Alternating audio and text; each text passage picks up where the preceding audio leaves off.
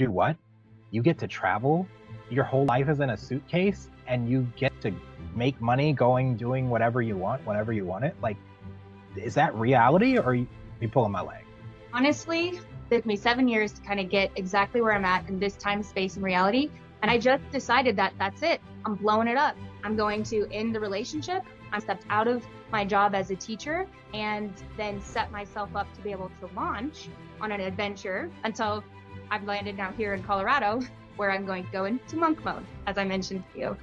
It sounds overwhelming, but I'm pretty sure the Empowered Day method is how they bridge that gap, if I'm not mistaken. But what is that? Okay, absolutely. As an American expat abroad, I was looking at business and then I thought, I'm not living my best life. Like at that time, I was drinking too much, going out on the weekends, we were partying, sleeping in. I was really craving discipline, but I wasn't yet that person. In order to do that, I had to go through my own transformation. I had to really start to understand who I was and then start to align your actions with your habits to really create this feeling of alignment that is us living our ultimate life. It doesn't tell me when the recording starts, so I'm going to assume it started. And welcome to Question Everything. Jess Hoffman here with us today is going to be having a conversation about bridging gaps, connecting dots, and breaking silos for those rebels that we are, the Enneagram 7s of the world, the ENTPs, the whatever personality you test you take that tells you you're a leader that likes to rebel. That's who we're talking to today. So Jess Hoffman is a dynamic high-performance coach, a corporate trainer, and a podcaster who lives and works on her own terms from inspiring locations around the world. With over 10 years of international experience living in Germany, Malaysia, and Qatar, Jess brings a unique approach to personal and professional transformation. She's driven by the Empowerment Day method framework, and Jess is on a mission to ignite people's potential, supporting them to live happier, healthier, and more purpose-filled lives. Through her unique focus on productivity, wellness, and intentional living, Jess empowers her clients Jess empowers her clients to step into the best versions of themselves daily to thrive in every aspect of their life. And I can attest to that because I was not feeling anything about this day. It took me 6 hours to hop into the shower today. And just 10 minutes of us talking, I'm already on stage and performing again. So, Jess, welcome. Thank you. Thank you for bringing me out of it. So my first question is how does one start their existence here, trained to be one way, and then completely just start living life on their own terms and travel? When I first met you at Vid Summit, it was, you do what? You get to travel. Your whole life is in a suitcase and you get to make money doing whatever you want, whenever you want it. Like, is that reality or are you pulling my leg? Like, what story takes you from everyone's shared experience to your experience? Honestly, this starts back in 2017. I know as crazy it is. It took me 7 years to kind of get exactly where I'm at in this time, space, and reality. And I'm so grateful to that version of myself who saw what this version of myself wanted to do and needed to do. So let's rewind a bit. I'm now in Malaysia. I left the US, went to Germany a couple of years. I started teaching English to business professionals, directing kids camps. And then I got into primary school teaching 3rd and 5th grade English and social studies. And I was like, there's a better job in a school, and that is physical education, because I was a trained health teacher, right, with a background in public health, community health. And I wanted to be within that realm because I've always found a lot of passion in helping people and also myself to live, a better, healthier lifestyle. So I moved to Malaysia, got the job. I'm like, yeah, hey, here I am. And already I was looking for that next opportunity, right? Because as sevens, get what we want. And then the grass is always greener, or we're always looking for new experiences, adventure, or something stimulating for us to kind of help and grow. So I was looking for, inspiration. I was looking for, first of all, volunteer opportunities. And this is where it really came down to. I was sitting in a gym at my computer, looking up volunteer opportunities in Borneo. There was this really cool cove one where you could basically go and scuba dive and help save the coral reef. So I had volunteered in Germany and taken youth to do Habitat for Humanity and always like doing these things, which felt really good to me, but they're expensive experiences. So I'm sitting down looking at this and I was like, how am I going to be able to afford, first of all, retirement living out of the United States? Thank you, that friend who challenged me in Germany that really got me going, thinking about finance and business. And I was exploring all of the opportunities that I had as an American expat abroad. And then I was looking at business and then I thought, well, what would I want to do? And then I started researching that and I came across a guy online who was doing exactly what I'm doing today. He was living his best life, fit. He had tons of motivational videos online. But I thought to myself, my limiting beliefs, okay, but I'm not living my best life.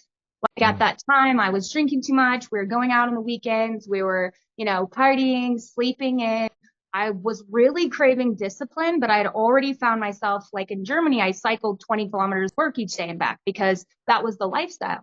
When I moved to Malaysia, my conditions changed and my lifestyles changed, which just led to me kind of gaining weight, not feeling good in my body. And then I'm in this job that I'm really excited about. But I know it's not exactly what I wanted to do. So I'm looking for these volunteer opportunities and I'm wanting to be this person who can help people, finding that this is kind of what I wanted to do, but I wasn't yet that person. I still had loads of student loan debt. I was traveling from the outside. I was living an amazing life, a good life, according to most people's standards. I just knew that I wanted more. And so that kind of kicked off and started this vision of like, I'm going to start a company called Project Ultimate Life. And, I'm going to help people do this, this, and this. But in order to do that, I had to go through my own transformation.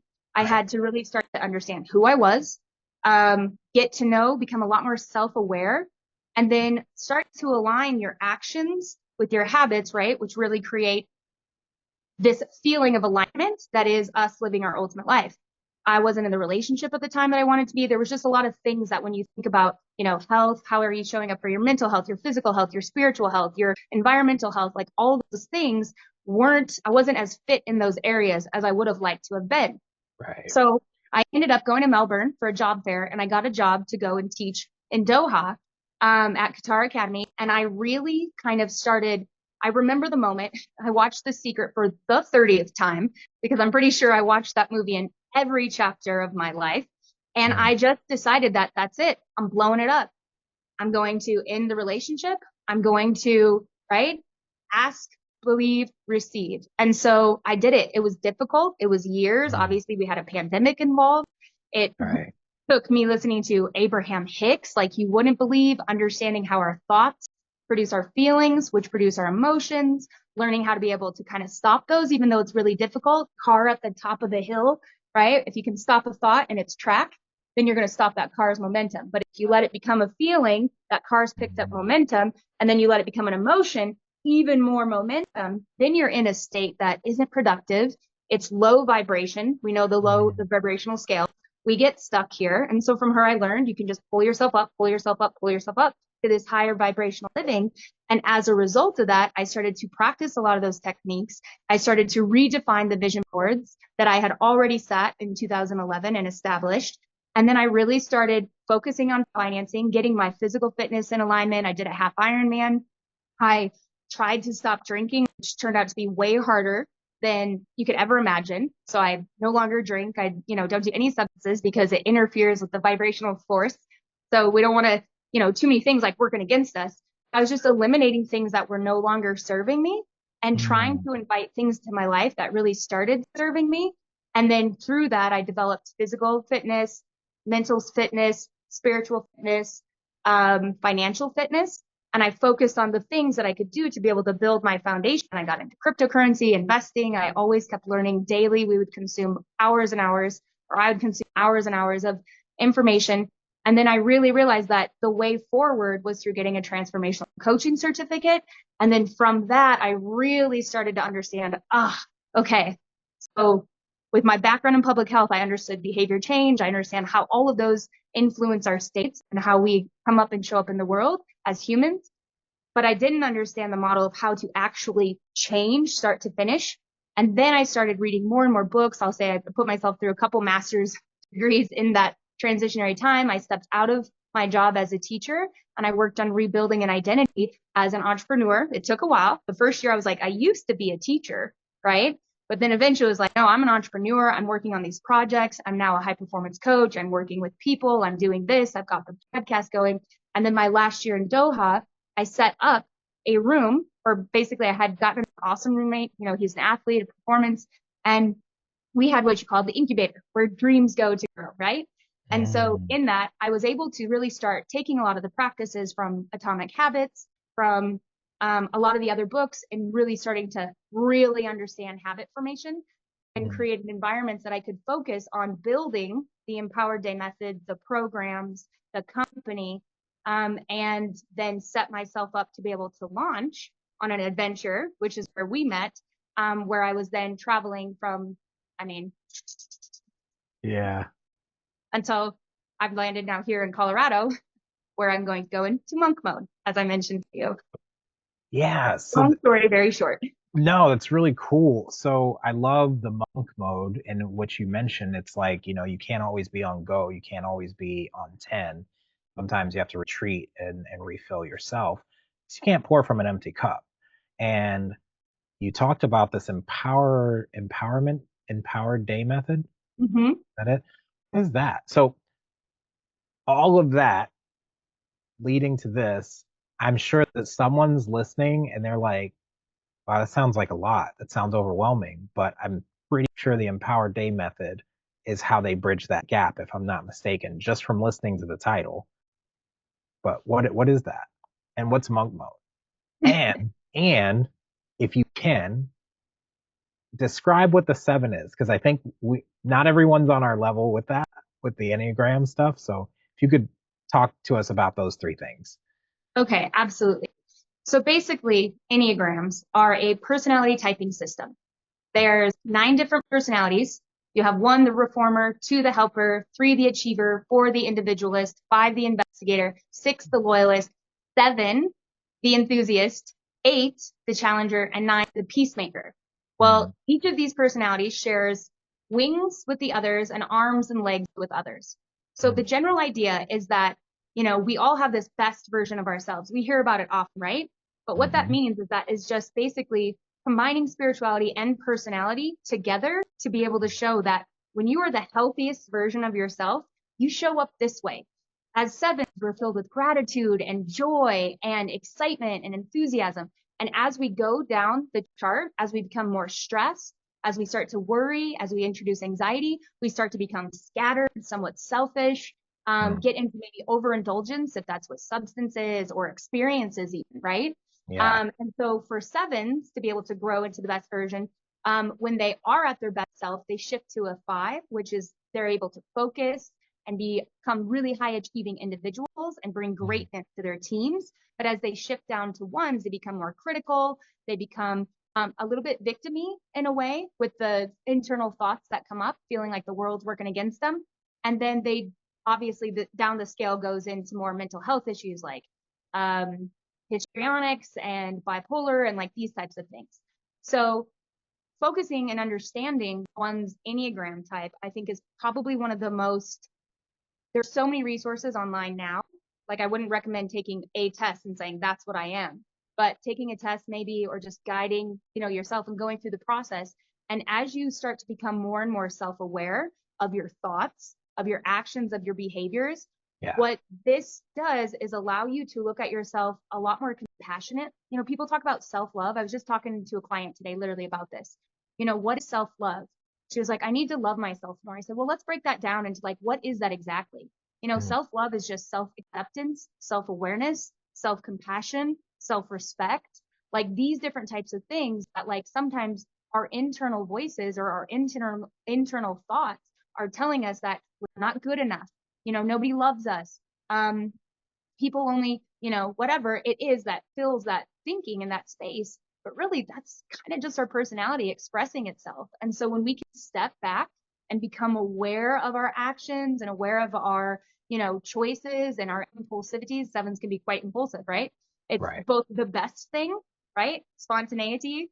Of course, I'll buy a ticket there. Like I've done so many things in my life. So I've across the US, lived in 4 countries, right? So that's a great quality, but it can also, if you don't fully take a time to step back and consider the consequences, can also lead to things that, maybe you wouldn't want also. Now, each personality, I have a pretty like in-depth, but I feel that's a whole nother training practically in conversation. But the general idea is that each personality, when they're at their best, displays these kind of characteristics, and when they're at their worst. So there's no good or bad, right or wrong personality. It's just if we don't take care of ourselves, this is where I've settled on one of my number one values is take care of myself mentally, physically, and spiritually, because the rest, right, follows. My moods Mm, are better. My state is better. You know for yourself, when you approach a situation and you're in an elevated state, you don't notice this low vibrational, right, mumbo jumbo, because you're just like feeling on top of the world. But right. when we're in like a low emotional state, we start to notice things. We pay attention to the words someone says and it's painful. We are paying attention to something somebody's not doing and it's just kind of getting under our chin a little bit. It's like we're starting to notice things that we wouldn't if we were feeling our best. And this is Right. where the Empowered Day method comes in, is that after reading all the books and listening to all the greats, right, on performance, so the Hermosis, the Bilyeux, Diary of a CEO, Modern Wisdom, like all of them, I was able to Brandon Burchard, High Performance Habits. I was basically able to synthesize all of that information, including my life experience, and put it into a method where if you follow these action steps daily, right, which is energizing. Energizing starts with the Empowered Day method. Energizing starts with food, sleep, and water. If you are tired, why do you think babies need naps? Sometimes as adults, if we're tired, we're just babies, right? Mm, So sleep, in our society, we don't value it enough. Water, and food, nutrition, right? Food that's going to give our brains what it needs to have clarity, focus, and the things we need to actually accomplish our goals. Then we go into the M, which is meditation or mindfulness, right? Different practices that help us center and elevate our energy and mm, connect with God, source, whatever your words, universe, whatever the word is for this higher energetic power, that alignment, right? When we're thinking thoughts that don't serve us, that are negative, we're not aligned with our true core essence. I went to a conference this summer, Dr. Joe Dispenza. I feel like that is the one man on the planet that can literally change everything. And he is able to show through science, strictly science, how through meditation alone, people are able to heal cancers, start walking after years and years and years of not being able to, who are able to overcome disease and illnesses and ailments and pain, right? Because the thoughts in our body, in our mind, produce somatic results in the body and they're real. Not to mention, there's also situations where it's true injuries, car accidents and these types of things that experience. So meditating, being mindful, and just being more present and focused, recognizing that you can cut this out if you want, but if you have one foot in the future and one foot in the past, you're pissing on the present. I feel like that's the best analogy for why it's so important to really like implement, these mindfulness practices as we walk throughout our days. Then yes. next you have the P, which is planning. As entrepreneurs, as sevens, we get all these ideas. We're visionaries, right? And we are perfect for a team. I think in general, personalities, I think we're probably an evolutionary kind of construct where it was like, not everybody can be the visionary. Not everybody can be the smartest one figuring everything out, because sevens, we were probably the ones trying the berries, right? To make sure that the rest of us could survive because we're risk takers, Hmm. adventure seekers. We went into the forest to only find that like this was a forest that we could seek shelter. Whereas other personalities were going to be keeping the peace. They were going to be the helpers. They were going to be, the brains of the operations, the eight, the leaders, the decision makers. I don't know about you, but decision making isn't like my on point because I can always weigh out all the odds. I like to keep the harmony, but like at the same time, like harmony with action, right? So Right. going back to the Empowered Day method, the P is so important for performance and actually taking this vision and creating and producing, because as we mentioned a little bit before when we talked, we're motivated by pain, humans in general across the board, pain and pleasure. We'll do more to avoid pain than we will to seek pleasure. So when we think about procrastination, when we think about our abilities to like sit down and focus, sometimes it's like a drop of a pin and something else is feeling better than this like really important task. So when we plan, right, and we start our day the night before with our evening Mm, routines and we're planning out that day, and we're looking into the small tasks and we're really seeing that picture of when, where fits what, it makes it a lot more digestible for us to be able to wake up, get into the state that we need to. You know, Hermosi says, for example, basically forget the morning routine, just go straight to working. I don't think that works for everybody. You know, I think if we wake up, then we take some action steps to elevate, we're going to be able to focus and be a lot more effective with the time that we're using. Next, you go into N, which is organize. So this is where environments are really important. You know, they say that our environment is like what's going on in our minds. I think some personalities just tend to be a lot more organized, and some personalities are able to work through the chaos, and it actually sometimes feels good. However, you know that if your environment feels good and it's organized and you have different places, right? This is where habit formation really starts to come. You've organized your environment to support your productivity, then you've got spaces like a desk to work. You know, in my last place, I had the treadmill, which is where I walked at a 12% incline for hours and hours a day while I was working. I had my desk where I did different activities. I had my, you know, the polar plunge tank where I got my dopamine and the things that I needed to stay focused. I had the kitchen, like everything served a purpose, and it was designed very specifically for optimization. The entire empowerment program, or excuse me, Empower Day program is based on optimization. How can you optimize each of these areas of your life so you can perform at your highest level, whatever your personality or your tendencies are, your strengths or your weaknesses? Next, we go into the W, which is right.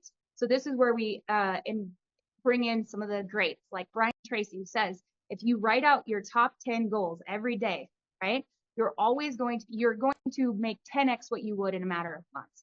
And it is true. Why? Because when you're writing out your goals actively or you're processing through journaling, right, there is a phenomenon that happens where we just remember it more, and it brings it to the front of our minds so that when we are thinking about our decisions and our actions, our goals are at the forefront of what we're doing, and it allows us to act accordingly based on, right, the fact that we're giving attention to that. And when we write or we journal, we actually get out of our minds these energetic loops that happen so that we can do things like go to sleep without having these thoughts that are always racing. Deal with it the next day, but get it out, right? And then when you wake up in the morning and you're reviewing those open loops, you can close them by taking action. And you can also review your goals because you were so intentional at writing them the day before. The more we look at our goals and we review them, the more likely we are to actually accomplish them. Right. Well, that's why high performance is so important. Next, we go into exercise. Again, exercise is one of those things where it is the cheapest form of drug that makes us feel good. There is a barrier to entry in that most humans are naturally lazy, right? It seems really hard to go do the thing, to get off the couch or to get out of the house or whatever. But if we build systems within our environments where we can, or do what I call double dipping, right? Two birds, one stone. I'm making coffee, but I just did 10 push-ups. I'm straightening my hair. Now, I don't know if that's something you do, but now I'm doing some leg lifts. It's like these compounding behaviors over time add up. And then exercise, obviously, serotonin, so like all the great feel good chemicals. And then it also 20 minutes of sweaty exercise a day. It says BNFD, which is BDNF. So brain derived neurotrophic factor, which is what basically allows for new like neurogenesis and brain cells to be formed and created. And we know that when neurons fire together and wire together, the more of an aptitude that we have to be able to create those really strong learning connections, or maybe it's behavioral connections, whatever, we need that in our life. So that's why exercise is absolutely essential for just maintenance of all kind. And when we do hard things, we're more inclined to do hard things. And when we actually can make our bodies move and exercise, work on a treadmill, right? We just feel better in general. And then we feel better about ourselves, which makes us that much more inclined to have that self-love, right? That self-respect, because we're doing something to really nurture ourselves, which over the long term creates and leans into longevity and better health rather than poor health conditions, which result in, more couch time or less active activities. And I think we all want to spend our later years enjoying and thriving, walking and hiking, grandbabies and travel, not, in a wheelchair, or whatever the resulting actions is because we didn't take action early on. Mm. Then we get into the R, which is review. Again, always checking in. How are we doing with our behaviors, right? How did we do today? Did we hit our goals? I think if you keep track of that, not even I think, when you keep track of that long enough, you can't really lie to yourself. Data doesn't lie.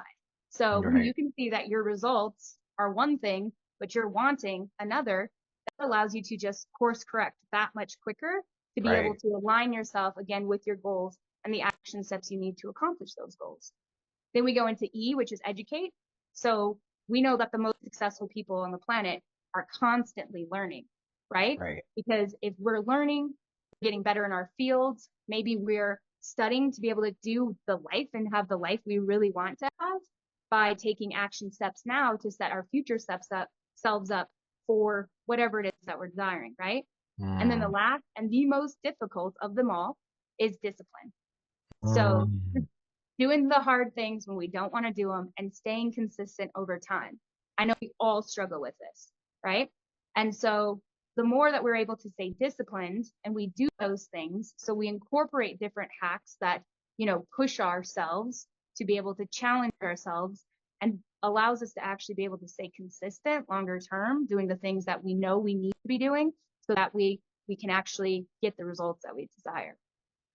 Girl. Does that help? That's a lot, I know. Girl, hold on. Let me see if I got all that. So energize. Yep. Meditate. Was it plan? Optimize. Organize. Okay. Yeah. Organize. Write. Exercise. Review. Educate and discipline. Yep. I've listened to Joe Dispenza. I've followed all those people that you've talked about, and I can see it as you were talking. I kind of knew where we were going with it, but it's really simple, right? But it's not easy. Simple and easy seem like the same thing, but what's simple doesn't mean that it's easy to do because we are such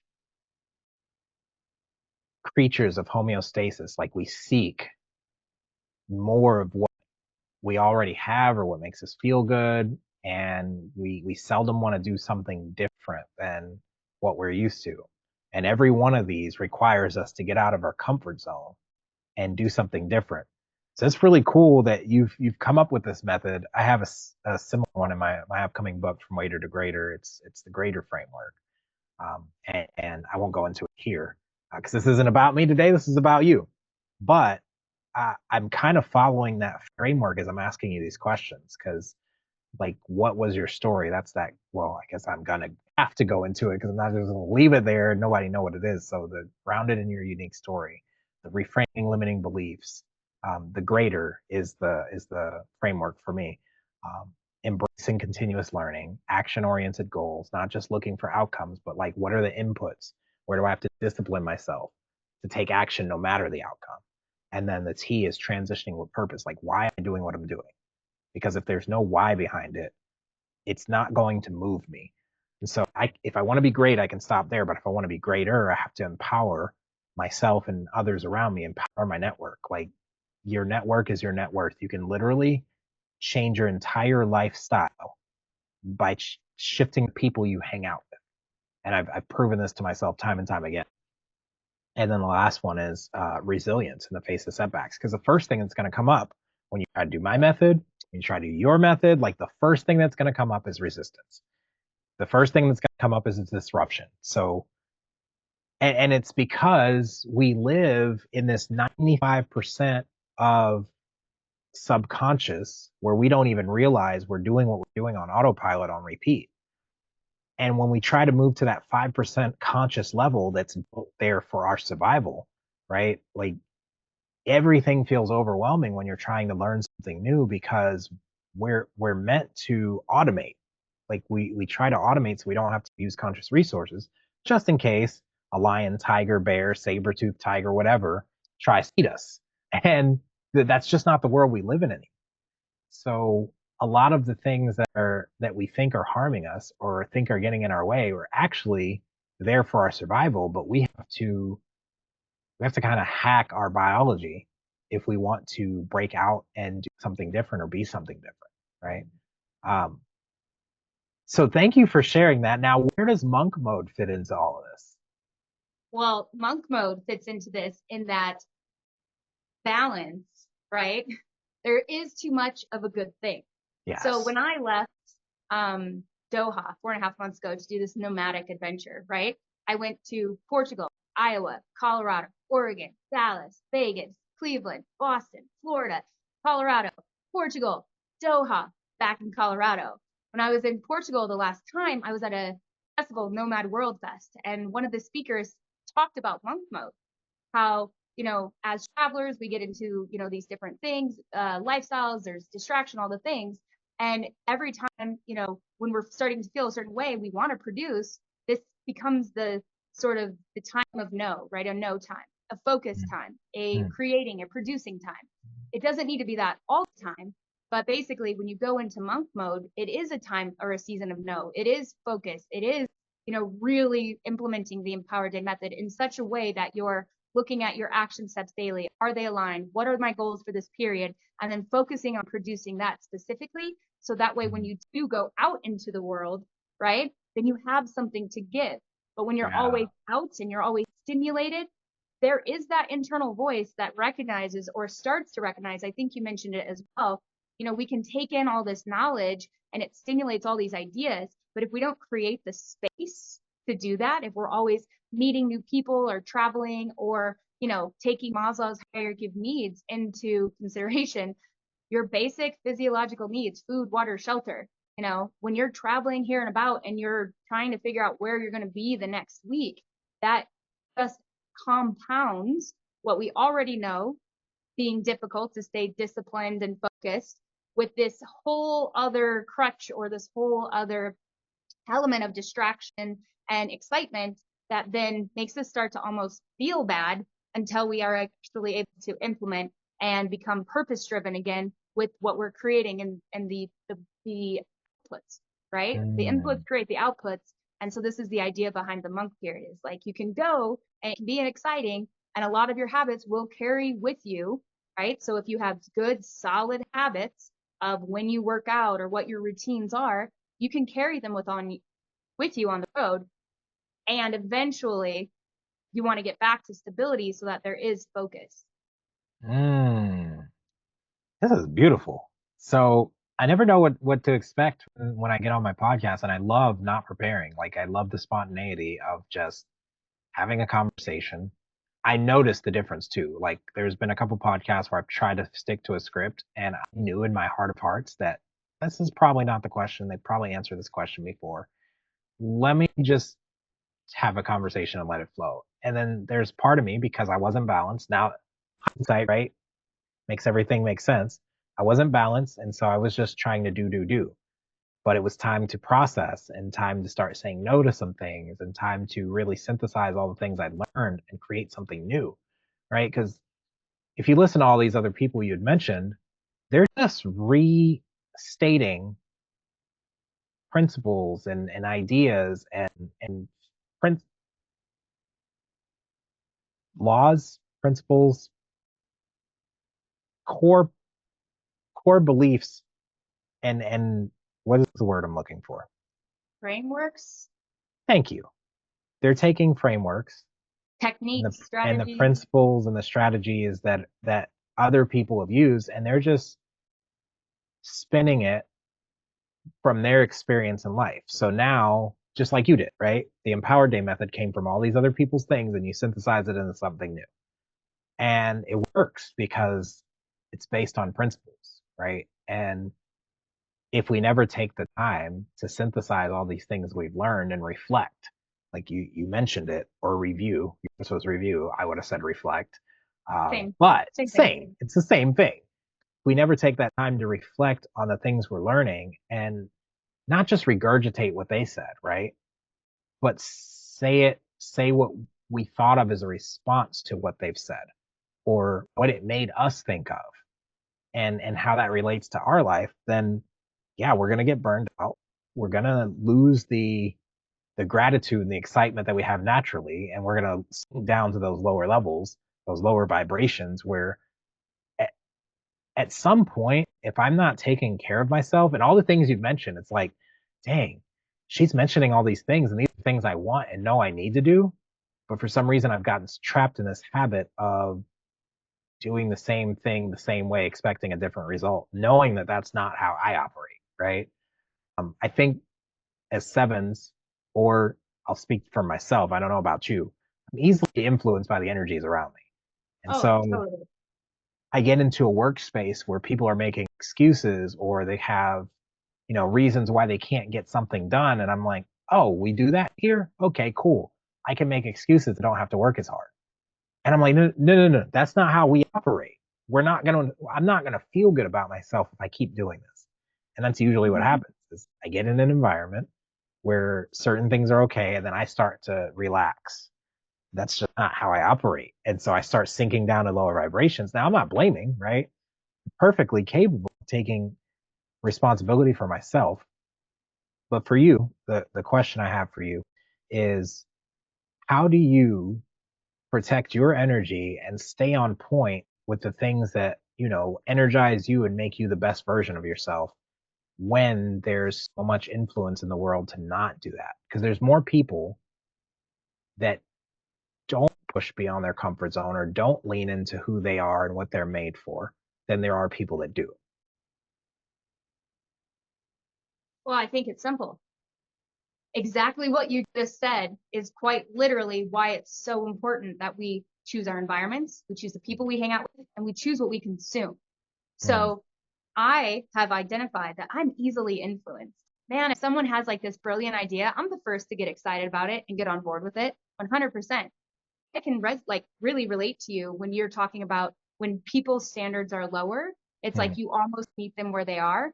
I've had friends who show up late, so I find myself negotiating and trying to figure out the time, being like, "Oh, she's been late, so it's okay for me to be late." And then mm, how late's she gonna be? And then I start like this anxious sort of like negotiation of trying to figure out when on time is. When we said eight, eight should just mean eight, right? mm, But it's because other people, we mirror people. You look at a child, they fall off the scooter, you go, great job. They're gonna light up. They have no idea what they did. They just failed. But as a teacher, I recognize this. Okay. If your energy suddenly becomes big, they just mirror you. They don't know yeah. why that they're excited, but they were gonna cry. But if you go, oh no, are you okay? Then instant tears, they're upset because again, they're modeling you. So we're around enthusiastic people who are also motivated and driven and disciplined. We by default just naturally shift up to that level of performance. There's Mm, statistics that you put a high achiever into a room, you can raise the performance by 15%. But if mm, you put that same person into that room, that same amount of performance, okay, can be, I don't think I'm quite saying this right, but essentially it's if you put a high performer into a room, it raises 15% the performance. But same thing can happen when you put low performers, they can actually decrease the performance by 30%. So mm, when you have B players on your team, we'll call it, I play basketball still, right? When you have A players who are focused and they want to win the championship and they're showing up every day with that, if you're an average, this also goes in the classroom when you've got high achievers, low achievers, and medium achievers.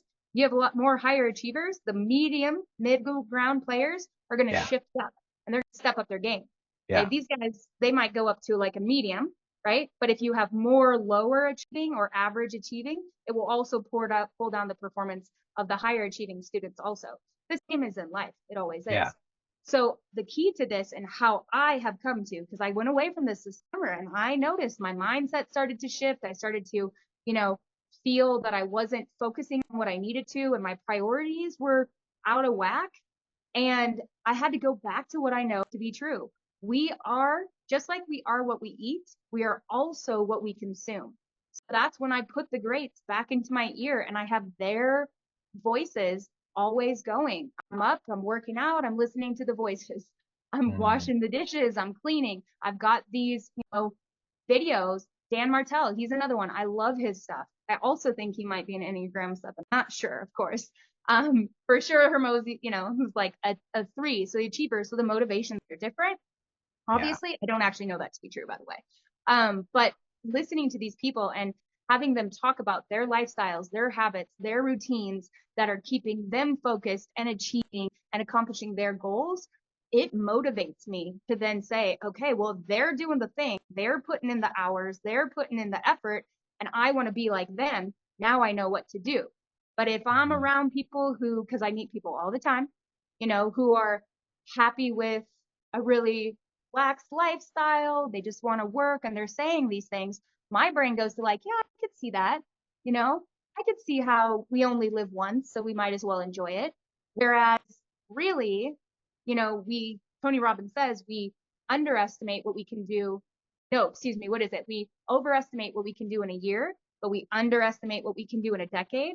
Yeah. We're always cool with this, just like, oh, I'm just here to live happy. Then at the end of that decade, we're going to be in the same place that we are right now at the beginning of it. Whereas if we, subscribe to this idea that we just want to work to be 1% better every day, even if those are small little things.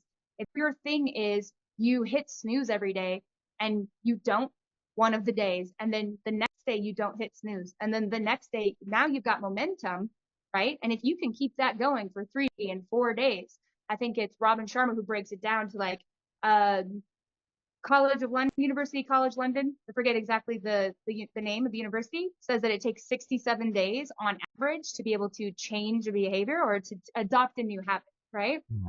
The first 22 days are super sloppy. The next 22 days are a bit chaotic. And then those final 22 days, you're starting to actually see. And if you stick with that, like that habit or that behavior long term, that just becomes who you are.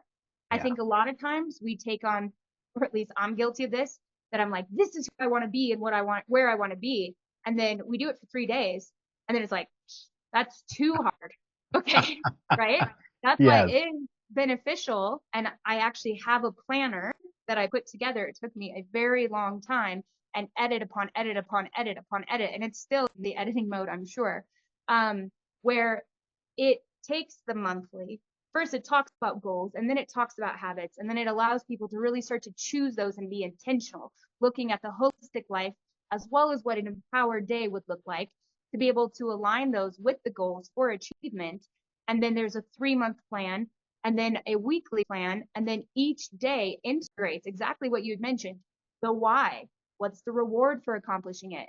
What is the gratitude? There's sections for gratitude and affirmations and what you're learning, what your major priorities and tasks are, those broken down into smaller actions, the evening reflection, it's all there. I assure you. And it's a lot. So that's why it's a tool that can be used if somebody's really motivated. There's a lot of checklists, because who doesn't love to check something off? But you don't have to do it all. It's just there, right? For a reminder that in the morning, if we want to elevate our state, remember to meditate, remember to visualize, remember to cold plunge, remember to journal, remember to, and we may not need to do them all the time every day, but life is just experimenting, right? If you experiment, Abraham Hicks calls it rockets of desire, right? You throw it out into the universe of what you want. And then when you get that, you're like, oh, I really wanted this. Yay, thank you. I want more of it. Continue. Or nope, no more. Don't like that. That didn't work for me. Gonna try something else. So after listening to, again, all the greats, Huberman Lab, the science behind, why sunlight, why walking, just by basically genuinely walking in the morning, it activates something forward motion in the amygdala, which basically helps lower stress just from that forward movement, right? Yes. And walking, we also know burns more fat than running. And then combined with weight training, you've got a perfect recipe for having a lean, healthy body that's also hitting on these other areas. And we know that movement is so important, especially for people who are hyperactive and we need to get our energy out. Then moving in the morning and the afternoon, and that's all in the plan and in the planner, where you can literally intentionally, because we also have to include our hobbies and our social life.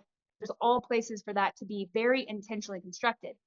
Some people ask me, man, how have you done so much? And I'm just like, listen, when I was 23, 24 years old, I watched the movie The Secret for the first time and became very combined. I was in, my senior year, my 5th year of university in teacher college. We were learning about backwards design, right? By Tomlin and Tomlinson, 2 authors. And I thought, I think those are the authors. And I thought, wow, if I could just backwards design my life, right? to be able to, what do I want when I'm 35? And now I'm 38, right? So that version of myself that was sitting on my trampoline, looking up at the stars, praying for a job I never got that I was so grateful for, which allowed me to do AmeriCorps and then move on to Germany. We don't always have to know how the pieces are going to fall together. Right. But if we're have that big picture and we're directionally focused, then we start to say yes to things that over a long period of time sounds like an awesome life. Right. Because you just chose to take action and you decided what you wanted. And it doesn't always have to remain the same thing. It's just there first needs to be a decision and then massive action. And the faster the action, the quicker it takes to be able to get the results that you're wanting. Yeah, like shortening the time between decision and action so that you don't, get yourself paralyzed in thought. And I love that you mentioned you called it backwards designing, which actually makes more sense than reverse engineering, but same concept. I teach people to reverse engineer their life. Like, where are you at now? Where do you want to be? And how do we bridge the gap? Right. But that's design. Design is solving problems, and solving problems really comes with understanding deeply where you are, what the problem is, what's standing in the way of where you want to be, and then working from where you want to be backwards. Like, in order to be here, what has to happen before then? Well, okay, what has to happen before that? It has to happen before that. And then it's a matter of taking those baby steps until you may not get where you want to be. You may actually surpass that. But if you don't have a goal you're aiming at, then you're just moving with no direction. And I don't know about you, but if I get in a car and I don't know where I'm going, eventually I end up somewhere where I've gone before, or something that's familiar, right? Like, Exactly. I get in the car and I don't know where I'm going, I'm going to be at Starbucks or Taco Bell or someplace that, I can indulge my senses. And I don't know, like, you mentioned a couple things that really brought me back to like the times where I was at the best in my life, and like listening in the gym instead of listening to music, I was listening to like all of the greats, and listening to something else, and then I'd be motivated to either come home and write music about it, or create another. I say create a course. I make a lot of outlines and then I don't sit and record the content, because I'm like, it's the curse of knowledge, that the cognitive bias, that when we know something, we think everyone else should know it. Or it seems when things become a habit to us, it feels like we've always known it. We forget the struggle we had to go through to get to where we're at, and that there are people that are literally dying to know this information and don't know where to look, don't know how to get there. And we've got the keys to the kingdom. We've got the steps that they can take. We can shorten someone else's time between their thought and their action. But because we already know it and we forgot what it was like to get there, like, that's why the review and the reflect is so imperative for us, because sevens are like, the visionaries. Like, I forget Yeah, for how sure. important a visionary is until I see people that don't have vision, right? I see people that something so simple, like, wait, how do you not see this? Like, here's one dot, here's another dot. Do you not see the clear path here? And then how it relates to this and how it relates. And they're like, you draw it on a whiteboard for them, and they're like, oh my goodness, this is so amazing. I'm like, it was inside of you. I just brought it to, like, I put it on a whiteboard for you to see it. And I forget that not everyone is like me, right? My mom had to always remind me, not everybody thinks like you. Go ahead. You were going to say something. I'd rather Oh, hear from you right now. no, I love it. I think that this is why coaching is so powerful, right? When I told you about my journey back to 2017, had I had a coach or somebody who would have been able to, had I made the choice to invest the money into a Mm, coach, this is where it comes down to, right? When we invest in ourselves, we're able to actually take the experience of somebody else and shorten the timeline very quickly. yes. So that timeline would have been much shorter had I Yes. had somebody. I believe full-heartedly everybody needs a coach of some kind, because one, when we talk to people around us who aren't doing the thing that we want to do, they influence us. Even recently, I've got this clear vision. I know where I'm going through conversations. I can feel that tug away. I invested $30,000 in my high performance coaching. She is amazing, right? But if I didn't have her voice always kind of in my head, or the ability to reach out to her, or our conversations that we have weekly, she always pulls me back to, no, it is achievable. This is what you got to do. These are the action steps, which is very, I don't know if sobering is the word, but it's very just shakes you right back to where you are. And you know this because you've gone on a similar journey. I've gone on a similar journey. And now I would say at this point to anybody who's listening, whether it's us or just anybody else, having somebody who has walked the path, do what they're doing. Don't listen to people who aren't doing what you want. If somebody's living a life you don't want, don't listen. Right? If somebody's living a life that you want, those are the people that you want to, because they've already paved that path and figured out probably the hard way in a lot of times or a lot of ways to be able to get where they wanted to go. And they can just help you get there that much faster. Absolutely. I had this conversation with the client today, when she just booked and registered, my full heart knows her life is about to completely change and revolutionize itself. She is there, she's eager, she's wanting, and she is ready, right? And so if you find yourself in that point, in that place, find the support, find the mentors. But sometimes you just got to pay for it, because not every people who are doing what you want to do don't necessarily have time, And so I would say the same thing to anybody. I mean, how many conferences have you gone to this year? I've lost count. I'm just going to be real. I've lost count. Probably at least 16 or 17 this year alone. Okay. So that's tons of knowledge. And now even people who have the knowledge still need that support and still need that accountability. And I think that one of the key pieces is there's a disconnect between what we know and what we do, right? And living an empowered day or living in a way that is going to help us is literally alignment, which is what's connecting the two. And action is that connection. And so if you have some support or people in your life, even if it's friends who are doing the same thing, if you want to walk and elevate how much you're working out, go find a friend who wants the same thing, commit to each other, find more than one friend. Because when that one friend quits, which they might, statistically speaking, they will, then you've got other friends who also you can lean into so that they don't kill your momentum. Because that's happened to me many times as well. Right? I'm reflecting. Friends, yes. Yeah. If you have friends that are like wanting to lose weight and this type of stuff, share recipes, get excited about it, because their excitement is going to feed your excitement. Right. Yes. And then you've got an actual connection that is productive with somebody that is leading you both towards a directional focus that you want versus detracting because you have one friend who just wants to go out and party, and then you don't want that. But if you're not solid enough in your habits, right, the cognitive dissonance, you kind of want both. It's the devil and the angel scenario on the shoulder. You're probably going to go with whichever one it feels best. And a lot of times, drinking and partying and all the things, that's got the social factor, right? Well, working out with a friend has got the social factor. That's got the you're dancing, the physical factor, which I still love dancing. Don't get me wrong. If you're going out with people who clearly aren't caring about, how they look, how they feel, their habits are going to rub off on you, no matter how you look at it.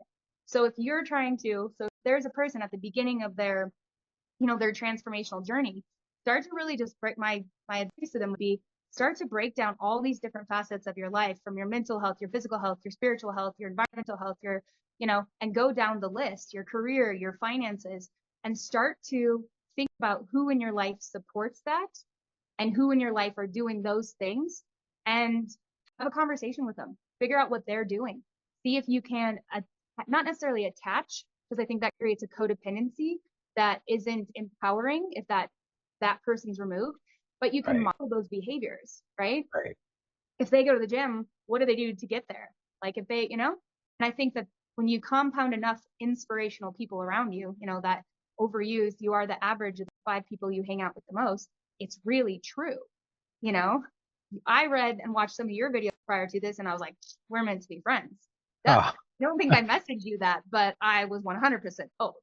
So I'm like, oh yeah, we're like the same person. Great. I know his internal motivations, his weaknesses, his strengths.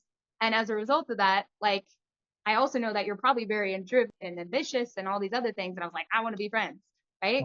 Because you start to compound that, like, that energy and that momentum, and then suddenly you're making strides forward, you know, and just based on who, like you said, who you have around you.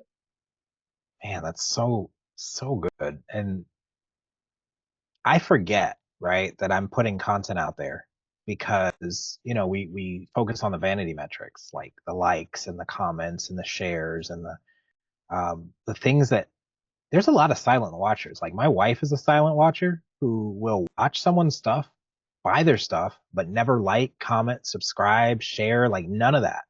And I think it's not everyone is not everyone is us, right? I was starting to have some doubts because Yeah. they seep in to even the most powerful of us. I was back in Yes. Doha, and my best friend's like, I've never heard you talk this way before. And I was like, so you can only imagine, okay, how much of a reboot I need real quick to get back to myself, get back to my vision, get back to my goals. Yeah. But when you receive those messages from people that are like, I want to book a call, like, or, dude, thank you. You're so inspirational. I'm thinking, hey, awesome. One, that's not my intention. I've had a really hard time with like the narcissist aspect of like online, just everything, the vanity of it. That is not my motivation or intention. Right. Like I look for people online for my sources of inspiration, my sources of motivation. I know them all. Anybody who's made an impact, it's because they've impacted me and I owe my everything to them. So if I can somehow pay that forward and start to become that voice for people who would then connect with me, particularly youth, this is the direction I will one day for sure start to bring these programs with, right? Because when you can, your life, your journey, your choice, be really intentional from early on, I think a lot of the limiting beliefs and the the negative thinking and these types of things that compound over time, it's less to course correct, right? When you're on a right path. Right. But like I said to a client today, no matter what you want to do, just look at life or look at behavior change as like you're getting on a wagon. And as long as you're on that wagon, right? And you're moving forward, if you fall off that wagon, but you run the next day to catch up and get back on that wagon's still going to get you there pretty much just as fast. You might have a few, bruises, scrapes along the way, but you're still on that right wagon. If you fall off, you have to remember another wagon is eventually going to come, right? All you got to do is get the right voices in your head. Go back to the behavior change model of pre-contemplation, contemplation, preparation, action, maintenance, right? We oscillate between maintenance and action, planning, and just get back on that next wagon. Yeah. But sometimes we need to be inspired or feel inspired to do so. But either way, you keep looking for the wagon and you know what wagons you want to get on, that will get you there eventually. It's just how fast do you want to get there? And you mentioned two really good things, the wagon theory and the, action contemplation or pre-contemplation, contemplation, action, Planning. and planning stage, action, and then maintenance. It's the maintenance, right? Like sometimes we think we have to be inspired to be motivated to take action, and it's the actual other way around. Like sometimes we just have to act our way into right thinking. Sometimes we just have to bring the body and the mind will follow. The gym is the perfect example. If I just pull up to the gym every day, if I cry in the car the first day, at least I made it to the gym. Snap a picture and be like, I made it to the gym, right? Nobody has to know. But eventually, after doing that enough, you'd be like, well, why am I driving up here and not going in? So you'll go in. If you go in and you just hit the treadmill, at least you're there, at least you're in motion. And then at some point, from bringing your body, and then, this is an extreme case. This is like for those introverts that really struggle with getting inside and working out in front of other people. But the other thing you mentioned was the youth, like working towards the youth. I've had so many people tell me, you should help young men or kids, right? Like, and I went to speak for a junior high once, and I thought I was going to give. And what I actually got in return was way more than I could have ever expected or predicted. When I saw, like, you have clients that are older, that are set in their ways, that just can't see a different way than what they've known. But when you have a child that is literally a blank slate upon which you can, a canvas upon which you can paint a new reality. And they are bright-eyed. They're looking at you like you're the best thing that's ever happened. They're inspired by your story and your journey because they can't see how to get from where they are now, being controlled by their parents and abusive homes, or, situations that they can't quite get out of or see ever past that place.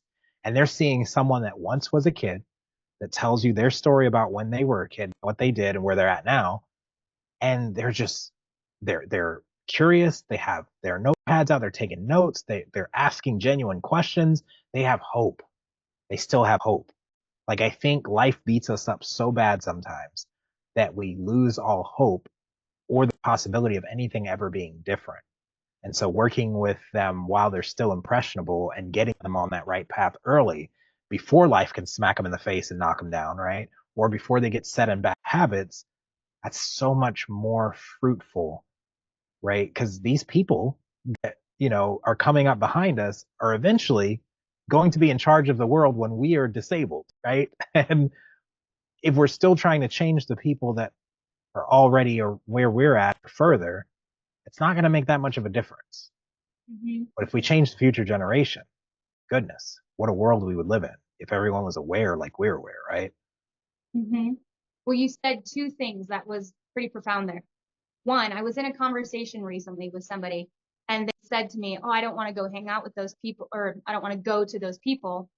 They do nothing to fulfill me spiritually." But you said you went to give, right? And you Mm, found yourself with this profound fulfillment based on kind of what you learned.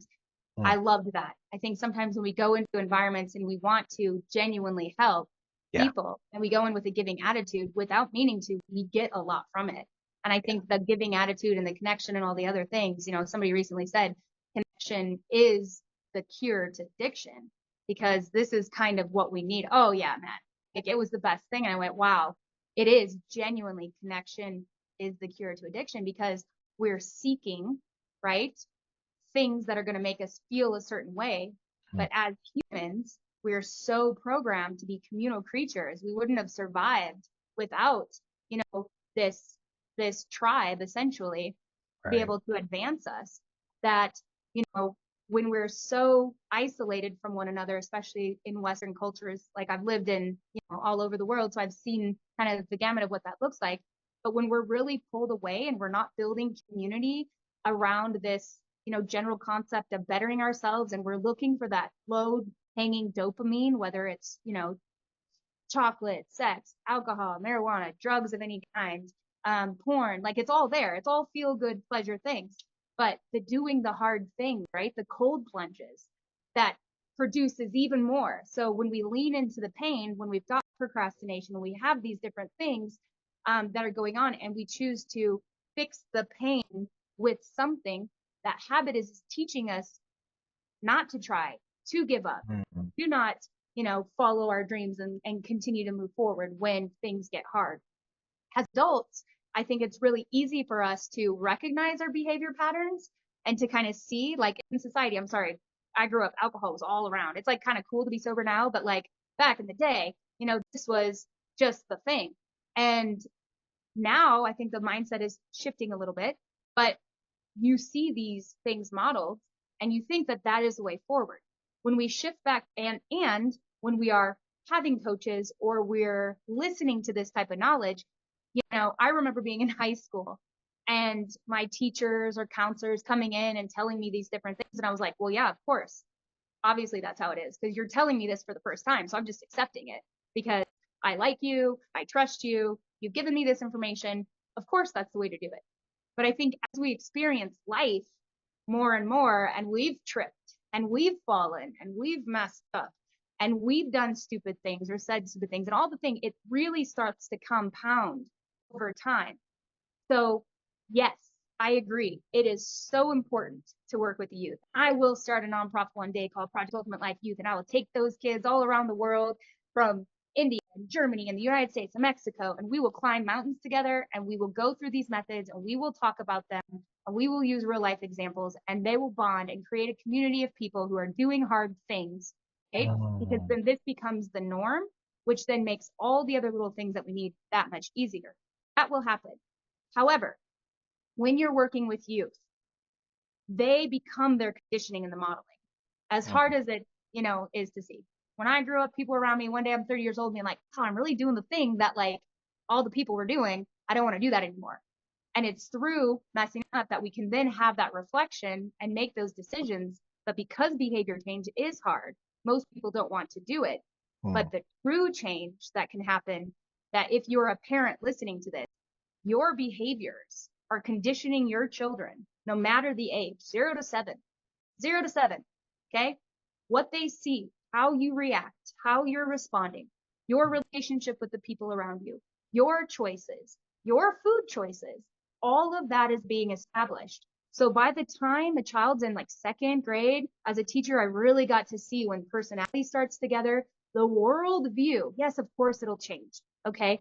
But for the most part, there is this baseline foundational worldview that has been established, and it becomes that much more difficult at that early age to course correct. Ask any teacher. I was in Germany teaching, and I had a parent say to me, well, if she hasn't gotten it figured out by 5th grade, and I'm looking at these couple students that are struggling, thinking like, oh, you're so right. This child was organized, all the things, but her modeling up until that point would have led her, right, to be doing what she sees, right? Children see, children do. Adults see, adults do. Only the youth are that much more impressionable. So if we want to change collectively as a society, the future or the world, we have to start with ourselves, which then impacts the youth. And then together we can rise and elevate together. Like healthy people equals healthy societies. Sick people, sick societies. Disciplined people, disciplined societies. I mean, it goes all across the board, right? So that's pretty much what I have to say about that. And all I heard was Michael Jackson, Man in the Mirror, right? Okay. Like, children are sponges. They only soak up what we give to them. We can't tell them to do something and then do something completely different because it doesn't work. Like, I can't tell you not to do something and then be doing it. Yeah, the do as I say, not as I do, like that just doesn't work. Right. And I'm looking forward to the empowered, what did you call it? The empowered date? No, gosh, why did I just forget the name of your brand? The Empowered Day Method. no, no, It's no, no, Project no. Ultimate Life. Project Ultimate Life Youth. So Yeah. yours is Project Ultimate Life Youth. Mine is like the greater business, the greater framework, the greater life, the greater children. Yep. Like And anything to is make. empowered. Yes, yes. I think we can even pair on this. But I have one last question for you, actually, too. What is a question you think everybody should be asking themselves right now? What is a question that everyone should be asking themselves? That you think everyone should be asking themselves? It depends on your age and stage. Okay. But I think a good question would be, what would my 35-year-old version of myself be happy with? Right now at 38, what would my 55-year-old version be proud of me for? Right? When I was 35, I had this reflection, 36. At that point, I've had some things kind of come up, but I managed to pay off my student loans, invest, step out of teaching, all these things. I just had this moment of like, man, buddy, like, I am proud of you. Like, despite all that you have like gone through, you still managed to do this. And that 23-year-old, 24-year-old version who said yes to cycling across the United States, who said yes to going to Europe, who said yes to AmeriCorps, who said yes to all of these things, he set you up at this age to be able to say, wow, look what I've done. Yeah. Now it's a completely new chapter. Now it's entrepreneurship. Now it's public speaking. Now it's podcasting. Now it's all these different goals. So the question I would be asking myself is the version of myself 10 years from now, my 50-year-old version of myself, 38, 48-year-old, right around there. What would she have been so proud of for me doing? She would have been proud of me for stopping alcohol, drugs, and other substances. Now that, just like substances in general, anything that's distracting. She'd be proud of the fact that I am committed to my fitness, that the nutrition and the diet that I have set her up to be able to still be physically fit and vibrant and energetic, and ideally climbing mountains, right? So wherever you're at, whatever your goals are, and you see yourself in the future, would that future version of you be proud of you? The right now version of you who decided that enough is enough I want to take action. I want more. Only you'll know that, because that version of yourself, when she reflects back or he reflects back, you'll know because you feel shame. You feel guilt. You feel like you wasted time. You know, you take yourself another 40 or 50 years forward and you're on your deathbed. You can either look at your life as if like, wow, what an adventure. Look at all the things, look at the relationships that I have. Look at the things that I was able to do despite my personality, despite my, my shortcomings. And that's going to be the thing that really matters. It's not necessarily about what other people think. It always comes back to like, what do you think? Do you respect you? Do you love you? Love being respect, awareness, acceptance. Are you compassionate? Did you know that you did your best? Did you do your best? Because if your answer is mic drop, heck yes, then you know that you did the right thing and that was all that you could do. And you can die literally knowing that you spent your time on the planet and you took that ticket and you executed on it. And then who knows after that? Like, I don't think anybody really knows. Right. So that's so powerful. And it's making me reflect because let's say like 6 months ago, I got this dream that like shook me to my core. It was like I did a 10-year visualization. I saw, myself in that house I've always wanted, the round driveway and the fountain in the middle and just the Italian villa look. And I go knock on the door and it's me 10 years from now, like full gray beard, gray dreads. Like he answers the door and like I almost look taller. I know I'm not going to get any taller between now and 10 years. I'll probably get shorter, but just the stature of this man and then answering the door and seeing my wife 10 years from now in a house full of grandkids and there's all these achievements on the wall and the house is beautiful. Like, what is this? And the one thing he told me in that visualization was, you already know what to do. You just have to do it. Like, stop wasting time, basically. And so I thought that was an amazing visualization. Someone gave me like this video or like guided meditation to sit through. And then I procrastinated after seeing that and like overthought. And then it was like the dream came like a month or two later and it was like, wake up. And it was like an audible voice that just, it was like 3 something in the morning. I got up and I just started writing what was being said. It was like all of these what ifs. And then the very last thing was, you'll figure it out. Basically, like you're not going to get to where you saw in that dream if you live on all this fear and these what ifs. But if you don't get started now, you're not going to get to where you saw in that dream. And it was like what woke me up and got me in motion. And so I went into monk mode in April and just stopped posting, stopped scrolling, and started focusing. Like, what is it that I'm doing and who am I doing it for? Like, really started to get clear on that. So yeah, that just brought that back up and made me realize, well, I don't know about you. I beat myself up a lot if I'm not doing as much as I know I'm capable of doing, and I never really count the wins along the way. Like other people are counting my wins for me and like, dude, you just did this, this, this, this. Of course you're tired. Like take a break, rest. Like, no, can't rest. We got to do it all, everything at once, like right now. It all has to be done right now. And it's just not realistic, right? You need balance, you need harmony. And I so think more important than anything else, something that you'd mentioned, I want to touch on is it actually isn't about anybody else, right? No one actually cares. 100 days after your death, like people are like, they'll think about you, but no one really cares. So yeah. when you're accomplishing and you're achieving and you're doing these things, it's to you, to show you, to prove to you when you were 70 and you're 80 and you're 90 years old that you had what it takes and you evolved to become the best version of yourself. That's why my company is named Project Ultimate Life. There is no ultimate. The logo represents climbing a mountain. My friend and I cycled across the United States when I was 24 years old. And that is the logo, the representation. If you just keep moving forward, despite the switchbacks, despite all the things that come, you just keep going forward, you're able to then break out of this mold. And on the other side of that mountain is the downhill, the ease, the breeze, the feeling that is, right? I don't use brakes going down mountains. Okay.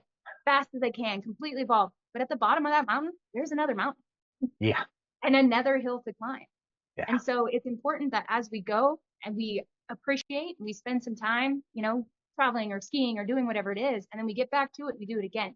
Because at the end of their life, or at least a very strong and possibly the only motivator, like the strongest motivator for me, is who can I become? Mm.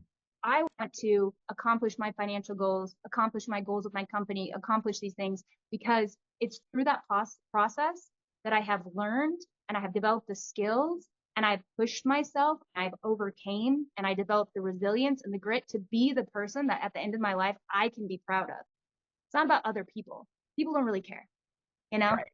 At the end of the day, it's you, yourself, and not you. Come into the world alone, you go out of it alone. And Right. so what do you think about you, the actions you took, the choices you made? The more awareness you get, the harder it is to keep making the same choices, right? But this is when we need people. We need community.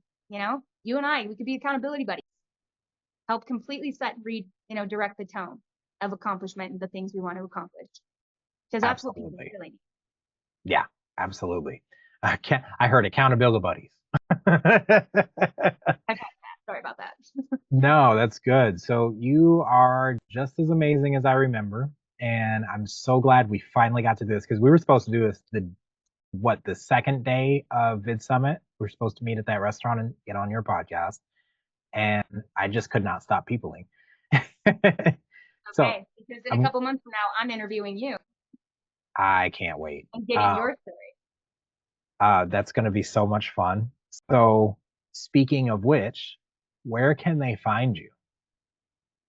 So I would say the best place is Instagram right now, _Jess Hoffman. So THE_JESSHOFFMAN. If you want a strategy call to see, if what I have to offer is in line with where you want to go, you can go to projectultimatelife.com and just book a call. Other than that, I've got my YouTube channel. Again, it's Jess Hoffman at Project Ultimate Life. And of course, Facebook. And I don't know that one.